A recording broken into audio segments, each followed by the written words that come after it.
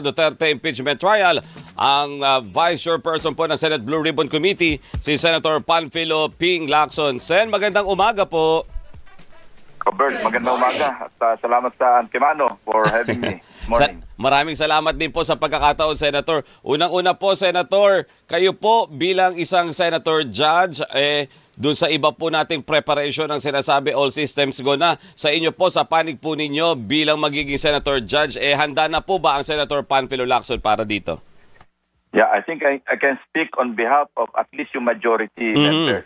Handang-handa kami kasi sa caucus namin kahapon, nag-publish kami doon sa aming clerk of court kay Secretary Bantug at na-resolve namin yung mga ibang issues na dapat i-resolve at para makapaghanda kami at preparado kami para sa Lunes. Opo. Kasi yung iba hindi nag-attend Yun ang problema. Nagtawag ng All Senators Caucus si Senate President Win Gatchalian. Dalawa lamang yung umattend sa minorya. Maski sa majority kasi may mga reasons sila, may mga flu yung iba may mga executive check-up, etc. So, hope na ma-relay ni Senator Legarda at saka Senator Robin sa mga kasama nila sa minority yung napag-usapan para smooth yung aming magiging proseso do sa trial. Opo. Senator Lacson, yung nauna nyo pong nabanggit before na presiding officer, magkakaroon pa rin po ba ng ganong paghalal sa panibagong presiding officer at si Senator Chis Escudero pa rin po ba yun? Meron kaming majority caucus on Monday. 10 o'clock yon ng umaga. Doon namin ipa-finalize yung pag-uusap tungkol sa usaping presiding officer. Ayun, opo. And then doon po sa mga napag-usapan kahapon sa inyo pong pulong all senators caucus po Sen, may mga major conflict ba doon na inyong na-resolve? Kasi po doon sa Facebook page ni Senator Robin Padilla, all praise po sa inyo at nagpapasalamat dahil doon sa pagtanggap nyo doon sa mga recommendations nila ni Senator Legarda. Actually, hindi nila recommendation yun. Sarili namin yun. Sarili kong initiative yung mga issues na dapat i-resolve na discuss yun. Siguro ang isa ko pwedeng i-divulge anyway. Hindi naman ito sensitive pero wala naman sigurong classified dito. Yung usapin tungkol sa pag-unseal, pag-open noong ITR, yung green box. Isa sa napagkasundo namin, huwag namin gapin. Saka sabi nga ni Senator Chis Escudero, kasi siya yung lawyer doon sa grupo, wala si Senator Pangilinan. Wala kaming business para magtago ng ebidensya o mag-safe keep ng ebidensya. Yung ebidensya, ipipresenta yan ng prosecution o kaya ng depensa. Opo. Iniwan sa amin yung box. Ano gagawin namin doon? Korte kami. Kaya ang isang napagkasundo namin, soli namin yun kasi unang-una, labag sa batas, hindi ang impeachment court o maski anong korte mag-unseal nun. Kasi maliwanag sa National Internal Revenue Code, Section 71, na isa lamang ang exception, kailan merong written authority from the President sa pan-recommendation ng BIR at saka ng Department of Finance. Kasi may briefing pa yan Opo. At hindi kami pwedeng mag-decide. Yung sinasabi ng prosecution na kami na yung mag-decide, magbukas noon, hindi namin gagawin yun. Kasi ma-open kami sa grave abuse of discretion. Opo. Kasi bukod doon sa National Internal Revenue Code, merong umiiral na mga Supreme Court rulings. Napakatagal na yung una nga Yung isa, 1933 pa yung decision, pero ito, hindi naman nababago.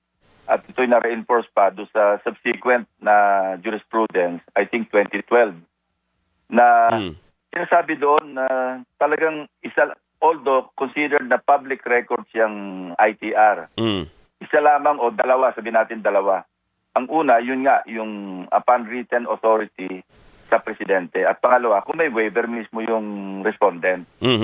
So, wag sa amin ibagsak yung burden na mag-unseal o magbukas. Kung gusto ng prosecution, humingi sila ng permiso sa Office of the President para i-unseal yan. Wag kami. Huwag Aha. impeachment court. So, Kasi hindi namin gagawin. Ibig sabihin, Senator Lacson, sa pag-start ng inyong trial sa Lunes, kasama yan doon sa unang mga actionan ninyo na ibabalik ninyo sa kanila yung custody niyan at silang bahala mag-desisyon kung paano nila yan gagamitin.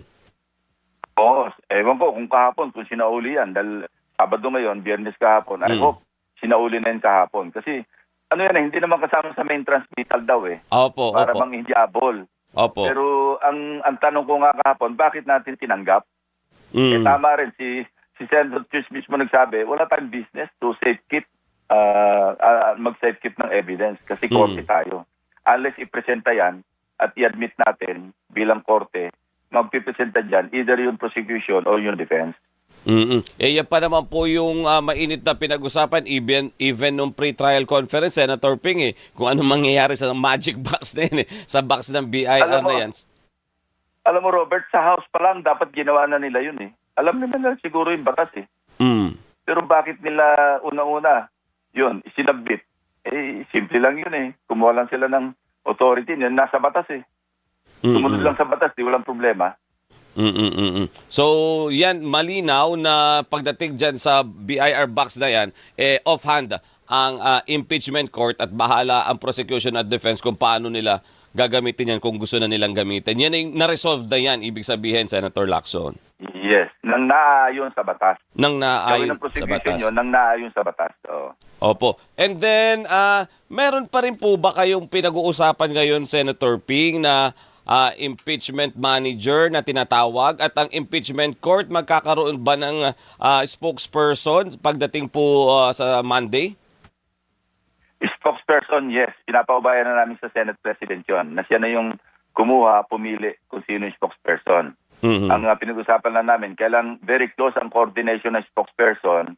Of course, preferably lawyer, makipag-coordinate siya closely doon sa aming clerk of court kay Secretary Bantog. Opo. Senator, dahil na nabigyan na po kayo ng briefing regarding po dito sa magiging trial ninyo, justifiable ba yung mga time frame na hiningi both ng prosecution ng defense para dinggit to or medyo tulong ito para sa inyo? I think napag-usapan na yon sa pre-trial conference. Kaya resolved yun kasi nagkasundo naman yung magkabilang parte sa schedule.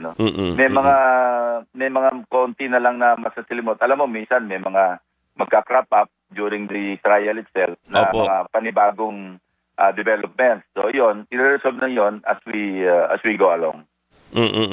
Sige po, i-set aside muna natin yung issue ng impeachment, Senator Lacson. Punta muna po tayo doon sa issue pa rin ng flood control, itong recent decision ng Ombudsman na gawing state witness si former Secretary Bonoan. Bagamat may nauna na kayong pasabi dito, pero tama ba itong ginawa ng Ombudsman, Senator? Mas marami ba talaga tayong makukuha kung magiging state witness si former Secretary Bonoan? Mas alam ng Ombudsman kasi sila yung mas may appreciation sa mga ebidensya at kung ano yung napag-usapan nila ni Secretary Bonoan. Kasi sila naman nag-uusap dyan kung ano yung pwedeng i-divulge pa na makakatulong sa prosecution. Ang sa akin lamang, maghahanap dapat sila o si Bonoan ng mas guilty sa kanya. Kasi remember ang mga requirements sa pagiging witness. Remember, iba to sa situation ni Roberto Bernardo, Alcantara et al. Kasi hindi naman sila naging akusado. Pumasok sila sa Witness Protection Program, may pinirmahan sila doon, nakasunduan, at sila talaga magtetestigo. In the case of Secretary Bonoan, medyo Johnny come lately, na hindi nag-apply nung una pa lang, so na-accuse siya, na-issue siya ng warrant of arrest, katunayan, nakakulong siya at hospital arrest nga siya sa PNP Hospital. So iba yon, wala sa kamay ng Ombudsman ang pagdi-discharge sa kanya at para maging state witness. Nasa jurisdiction na yon ng Korte ng Sandigan Bayan. So no matter how determined ang Ombudsman para gawin siyang state witness, talagang subject yan sa approval ng Korte. I-apply lang nila yan, i-motion at kung payagan ng Korte at magkakaroon ng hearing siyempre yan. So ang tanong nga, sino yung, kasi ulitin ko, yung mga yung mga qualification. Mhm. Kailangan indispensable yung kanyang testimonya Mhm. para leading to the conviction. Tapos hindi siya yung most guilty. Tapos yung of course yung materiality ng kanyang testimonya, yun na rin Sabihin. yun, ano. Opo. Tapos magko-corroborate ng ibang ebidensya o testigo yung kanya. At pinaka-importante, ano yung credibility niya. Kasi kung halimbawa masalang siya, ma-cross-examine siya, at lumalabas na very selective o hindi credible, baka hindi siya umubra na maging ma-discharge as a state witness. Yun ang pagdadaanan niya. Unlike in the case of Alcantara et al., Bernardo et al., Opo. Antimano, sila na talaga yung, hindi na sila inakusahan, no? Opo. State witness na sila. Yun ang diferensya. So para rin sa kaalaman ng sa ating mga taga-panood, taga-pakinig, Opo. yun ang dapat pagdaanan ni Secretary Bonoan. At yung ibabalik na pera, Senator Lacson, doon sa initial investigation ninyo sa Blue Ribbon, mga magkano dapat yung maibalik niya? Di po ba yung ibang witness, pinagbabalik, pinagsasauli rin ng pera? Oo. Kasi kung ibabase natin sa testimonya ni Bernardo pa lamang, sinabi niya na, di ba, 2023, 2024, 2025, merong alokasyon para kay Secretary Bonoan na 5 bilyon. So, 15 bilyon yon 3 taon. At ang sinabi rin ni Bernardo, merong 15% na commission o commitment para kay Secretary Bonoan. Pag kinumpute natin yung 15% ng 15 billion, easily that's 2.25 billion. Ngayon, sinabi rin ni Bernardo, binabatuhan siya o kaya pinapartihan siya ng 25% of the 15%. So pag kinumpute natin yung 25% ng 2.25%, may maiiwan kay Bonoan na 1.687 billion. Sinabi rin ni Bernardo na hindi naman solo ni Bonoan yon, pinapartihan pa raw yung si late Undersecretary Cabral. So doon na tayo magbe-base. Ang base number natin ngayon, kung 1.687 billion, kung magkano na iparte kay Bonoan, easily, kung ikakalculate natin, kung meron pang ibang mga commitment si Secretary Bonoan, sabihin na natin, ilagay na lang natin at the very least 1 billion doon pa lamang. Opo. Yung sa iba pa. So kailangan talakaing mabuti yon kasi in fairness to the Republic of the Philippines, to the Filipino people, kung i-discharge mo siya at magiging state witness siya, at siya naman ay lapping his way to the bank, mukhang unfair naman sa atin yon bilang taxpayers, hindi ba? So while iiwanan natin yung wisdom sa yung decision na ipa-discharge siya as a state witness. Teka muna, parang tingnan din naman natin kung ano yung babalik sa kaban ng bayan. Bukod dito, Senator Ping, doon sa issue nitong kay Bonoan, meron pang issue kahapon ang Sandigang Bayan, kinasuhan po sa Sandigang Bayan yung isa sa mga kaibigan po ninyo dyan sa Senado, si Senator Rodante Marcoleta. Nakikita po ba ninyo na panggigipit ba ng administrasyon itong nangyayari na ito? Kasi po ang sinasabi nila lahat ng hindi kumakampi sa group ninyo isa-isang nalalagas daw po. Panggigipit, pinagpipilitang hanapan ng ebidensya para ma-indict o kaya makasuhan. Ito naman, sabi nga ni Ombudsman Boying Remulla, di ba? Hindi na kami kailangan maghanap. Siya na nagpresenta ng ebidensya. Dahil maliwanag na maliwanag. Kaya nga, alam mo, may nakausap ako ng ibang mga legal experts. Meron silang tinatawag yung mga abogado, reverse trial. Reverse trial. Tinanong ko, ano ba yung reverse trial? Ano pa bang gagawin ng prosecution? Hintayin na lang mag-cross-examine at makipag-argue na lang si Senator o yung respondent o sino man against himself, no? Dahil siya yung nagpresenta ng ebidensya o national TV, di siya na lang yung mag-argue sa sarili niya kung paano i-defend yung sarili niya. Para bang to speed up the process in trial, hindi na kailangan magpresenta. Kasi ano pa ba ipipresenta ang ebidensya ng prosecutor kung nagpresenta na ng ebidensya, yung mismo respondent. So, anong magiging panggigipit kung yun ang inaakusa nila sa ombudsman o kaya sa gobyerno o kung kanino man. Hindi naman naghanap ng ebidensya yung ombudsman Sa kanya na nanggaling. Nalaglag sa lap nila yung ebidensya. So, sila naman, meron silang responsibility, meron silang mandate. Na pagkaganyan, di ba, motu proprio, pwede sila mag-imbestiga. Kasi nandiyan na lahat eh. Siya na mismo on national TV. At ang sabi nga nung nakausap ko, ito even parang mas overwhelming na ebidensya ito kaysa doon sa tinatawag na extrajudicial confession. Bakit? Ang extrajudicial confession, pwedeng i-question pa ng depensa na, teka muna, walang advice yung lawyer, walang advice ng counsel, o kaya mali yung advice ng counsel, may depensa pa. Pero itong admission against interest, naturingan pang abogado, anong advice pa ng counsel ang kailangan mo? Abogado ka. At sinabi Ibig niya yun sabihin, sa program. without, napag-usapan na to kasi nung Thursday, nung napag-usapan namin sa aming grupo, may mga abogado ron at naging paksa ito eh. Doon ko unang narinig yung reverse trial eh. Kaya tinanong ko, ano ba yung reverse trial? Reverse trial, siya na yung mag-argue against himself. Opo, parang pag sinabi kasing reverse trial, Senator Lacson, 'di ba? Usually kapag hearing sa prosecution, ikaw ang maglalatag ng mga ebidensya sa yung proof of yung burden para ipakita na guilty siya. Pero do sa reverse trial kapag sinabi Sen Lacson, tama ba, 'di ba? Para nakahalop kip-kip lang na ganun. yung depensa yung prosecution tapos pinapanood yung dinidepensahan ng depensa yung sarili niyang akusasyon. Yes. I don't know if it's the proper word, pero para bang ikaw na mag-disprove na hindi totoo yung mga pinag-aamin sinabi mo. Oo.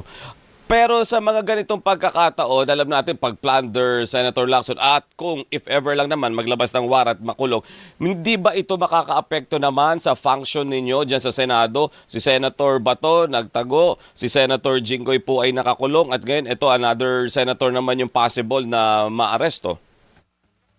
Well, whatever the number is or whatever the number of attendees yung sa mga present during the trial, tutuloy namin yung trial.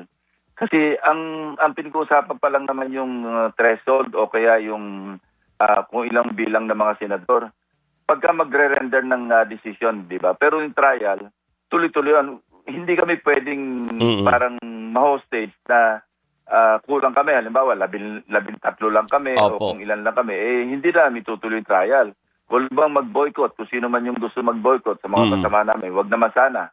No, dahil ito constitutional duty ito. Tutuloy pa rin. Hindi pwedeng mantala yung trial. In fairness din kay VP Sara, ituloy-tuloy na lamang para kung lalabas ang verdict na acquitted siya, at least maklear na siya, hindi ba?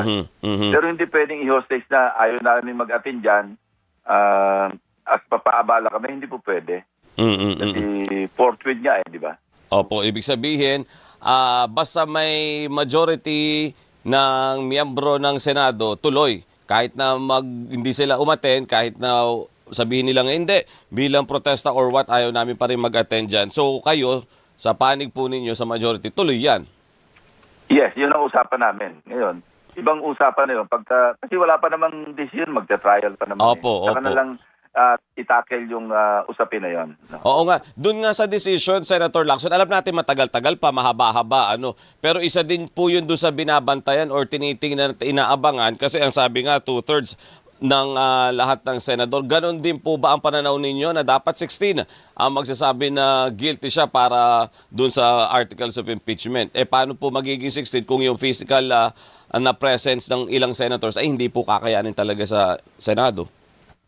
Ako personally, dapat 16 kasi 24 kami Kasi maliwanag naman yung sinabi sa ating saligang batas of all 2/3 of all members. Ilan ba yung all members? Ang all members ng Senado, nakakulong man, nagtatago man, suspended man, 24 So maliwanag na ang 2/3 ng 24 is 16. So ako, ang sarili ko paniniwala, tatayuan ko yung dapat 16 para makonvict.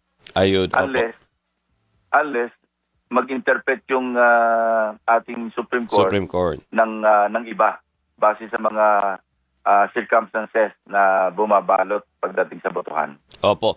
Kabig naman ako, Senator, bilang dati kayong namuno ng Philippine National Police at biyasa po kayo dito. Pagdating po doon sa juvenile justice law natin, sa panig po ninyo, marami po kasi nagsasabing ibaba na natin, may nagsasabing kailangan i-revisit na natin, may nagsasabing wag na dapat sa bahay pag-asa, ikulong na yan, may sariling kulungan dapat yung mga minor. Sa panig po ninyo, paano natin dapat i-address itong mga kaliwat ka ng crimes na ang involved po ay mga kabataan?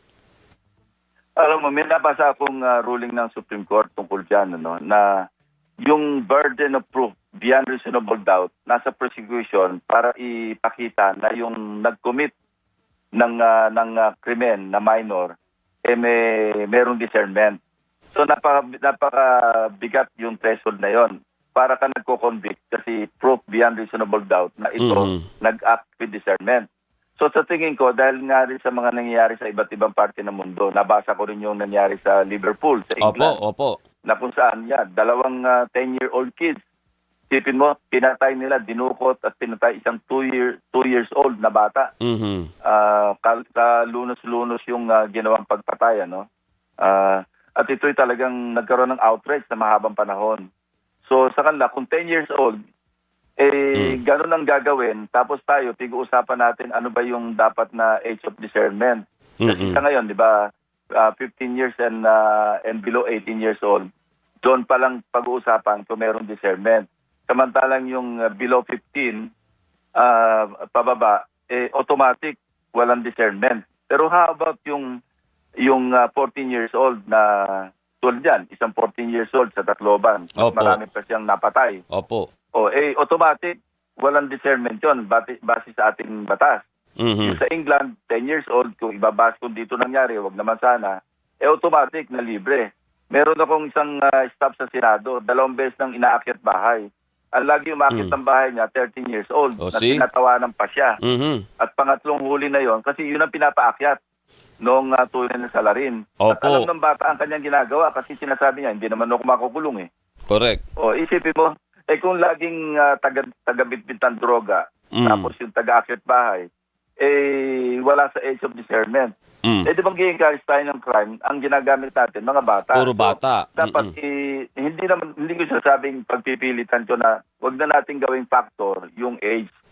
Pero mas maganda i-discuss natin yan with psychiatrists, mga psychologists, para ano ba talaga ang pinakamaganda. Total, sabi ko nga kanina, napakabigat na nung threshold para ma-fulfill yung age of discernment. Opo. Proof beyond reasonable doubt ang kailangang ipatunayan sa korte. So, magandang i-discuss ito actually dahil sa mga pangyayari. Meron din sa Pangasinan, di ba, na nang rape ng 6 years old. Meron namang nagsaksakan din, Senator. Pag-uusapan natin, may discernment ba yan? Tapos makakawala. Paano naman yung mga magulang ng mga paslit din na napatay o kaya na-rape? Opo. Tsaka ang binabanggit din, Senator, doon sa batas natin, parang ang protection daw ay nandun sa minor na suspect. Paano naman daw yung biktima at yung pamilya niya, walang malinaw kung anong tulong yung dapat na ibigay din sa kanila? Correct. Tama yon. Kasi para bang lagi na lang natin ititingnan yung kapakanan ng salarin, dahil baka bata pa ito. Samantala yung biktima at maraming biktima, parang nakakalimutan natin. Pero yung tungkol naman sa bahay pag-asa, kailangan talaga ano natin yon, gawin natin parang maayos na maayos dahil hindi pwedeng makisalamuha yung minor sa kulungan ng mga matatanda. Kasi lalong mapapasama yun. Dapat ang main dyan is i-rehabilitate mo at i-guide mo kung paano maging productive citizen sa halip na destructive. Opo. And then, Senator Lacson, doon sa paggamit naman ng social media, kasi lumalabas doon sa mga games nila, doon sa mga nilalaro nila, minsan akala natin ordinaryong games pero meron na pala mga command doon sa kanila, may mga task na ibinibigay. Pabor po ba kayo doon sa ban ng social media sa mga bata? Yes, nag-file ako ng bill dyan kasi na-inspire ako doon sa naipasambata sa Australia. 16 years old and below, i-regulate na o kaya i-ban na sa paggamit ng social media. Kasi mas maraming masamang influence kaysa sa may napupulot na maganda. Lalo pa nga, kailangan talaga mahigpit yung pag-regulate sa mga minors sa paggamit ng social media kasi yan din ang nakaka-influence. At panghuli na lang, Senator, bago tayo matapos, kumusta po kayo ni Senator Alan Cayetano? Ewan ko sa kanya. Ako cool lang ako, cool. Cool. At parang kung a-attend sila on Monday, first time pa lang ninyo magkikita ulit after nung mga exchanges ninyo, kayo sa tweet, sa statement, siya naman sa pagla-live niya sa Facebook. Galing na rin kami dyan nung araw Kaya nothing is new. Hindi na ako maninibago. Opo, pero Ang importante lang, maging, alam mo, kahapon na pag-usapan din namin kasi nandun si Senator Loren. opo. Parang panawagan na lang namin, bakit hindi lang tayo magtrabaho as one institution? Pwede tayo magdebate, magkainitan. Pero at the end of the day, yung Senado as an institution, ng ating, yung kapakanan ng ating tingnan, yun ang bottom line. Hindi yung puro na lang tayo away. Ang naapektuhan na yung productivity di ba? Hindi na productive yung Senate kasi nade-derail yung lahat ng dapat gagawin. Wag na sanang ganon ang maging attitude ng bawat isa sa amin. Merong time na mag-argue, magdebate, even mag-away. Pero ang pinaka-bottom line na dapat namin iniisip, ano magagawa ng Senado para na makompensate yung 25 million a day na total na ginagastos pang sweldo sa mga staff, lahat. Ibalik naman namin yon yung sa pamamagitan ng serbisyo, hindi sa pamamagitan ng away. At inaasahan natin sa pag-start ng impeachment, sa pagbabalik po ninyo dyan sa Senate, ng mga kasamahan po ninyo, sana wala nang bangay. Although di naman natin yan maiiwasan during the discussion naman ng mga bills and resolutions, di po ba? At mga issues, Senator. Pero pwede naman gawin yun na walang bangayan, walang ambaan, walang, alam mo, maraming pamamaraan ng pag-argue. Sabi, di ba sinasabi nga natin, mag-disagree tayo, magbakbakan tayo, bakbakan ng debate, hindi yung bakbakan ng patutsyadan o insultuhan. Opo. O personalan, Sige. Senator, panghuli na lang, ano po ang garantiya ng Senator Panfilo Lacson sa pag-upo ninyo sa Senate Impeachment Court bilang isa sa Senator Judge na mag-start po on Monday, Senator? Well, ako, as far as I'm concerned, 1,000% guaranteed na ang titingnan yung ebidensya. Hindi yung kung ano yung political alliance o kaya yung personal biases. Ako sinisigurado ko yun. Kasi sa usapan niya kahapon, ako ay madiin. Sabi ko, mag-stick tayo sa Constitution. 16. Kasi yun ang 2/3 ng 24. Ayan. Senator, maraming salamat po sa inyong oras. Thank you, Robert. Salamat po